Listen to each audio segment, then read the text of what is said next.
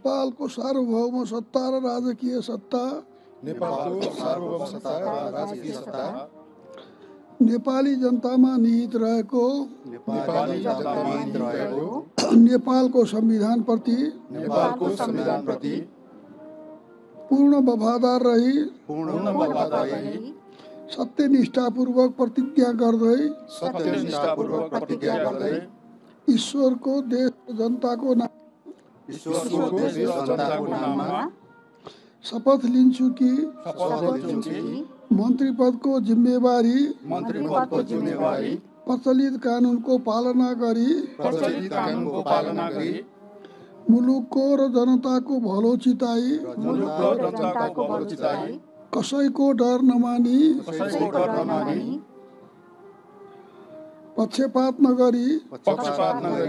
पूर्वाग्रह वा खराब भावना नलिई ईमानदारीका साथ वहन गर्नेछु र आफ्नो कर्तव्य पालनाको सिलसिलामा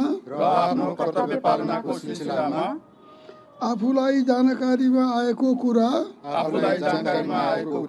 म पदमा बहाल रहँदा वा नरहँदा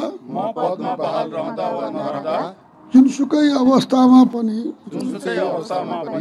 प्रचलित कानुनको पालना गर्दा बाहेक अरू अवस्थामा कुनै किसिमबाट पनि प्रकट वा संकेत गर्ने छैन।